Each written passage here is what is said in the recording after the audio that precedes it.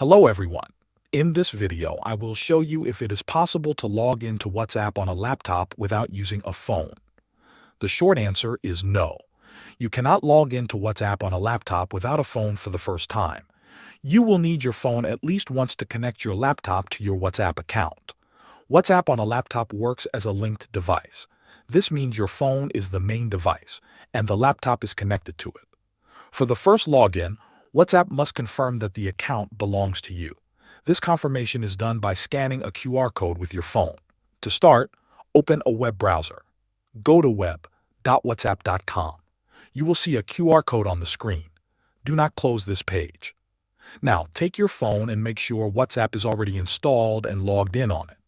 Open WhatsApp on your phone.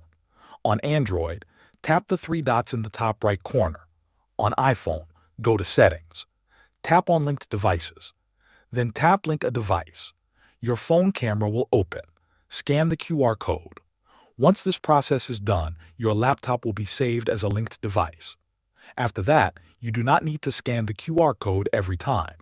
You also do not need to keep your phone next to you all the time. You only need an internet connection on both the phone and the laptop.